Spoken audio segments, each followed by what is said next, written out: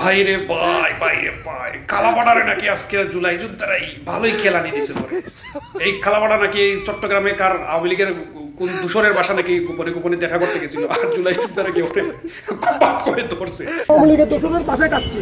আপনি জোলাই যোদ্ধা, আপনি একজন জোলাই যোদ্ধা। আমি সংসদে সবসময় জোলাই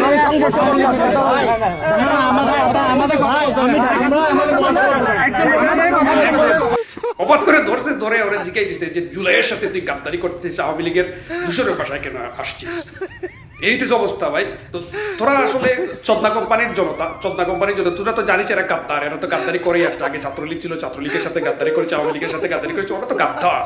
তো ওরা তো টাকার কাছে যে কোনো কিছু বাই করে ফেলতে পারে, টাকার কাছে ওরা যখন তখন বিক্রি হতে পারে।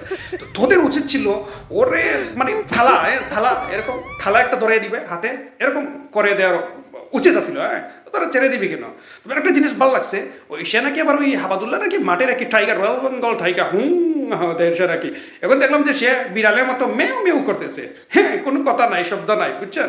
তো ওদেরকে বাই দিতে হবে মানে ভরপুর ভরপুর ভরপুর দিতে হবে।